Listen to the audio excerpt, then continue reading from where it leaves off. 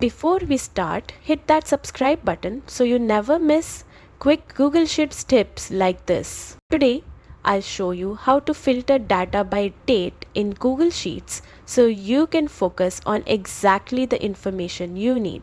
First, open Google Sheets and sign in to your Google account. Without logging in, you won't be able to open or edit your spreadsheet. Next, open the sheet containing the dates you want to work with. Find the column with your date values and click its header to highlight it. Now, right-click the header and select Create a Filter.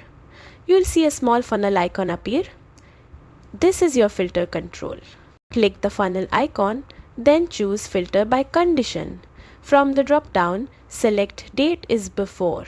Enter the date you want to filter by. Make sure it's in the correct format like mm/dd/yyyy. Then click OK. Just like that, your sheet now shows only rows with dates before the one you specified. And that's it. You've successfully filtered your data by date in Google Sheets. If this tip helped you, like this video, drop a comment and subscribe for more quick Google Sheets guides.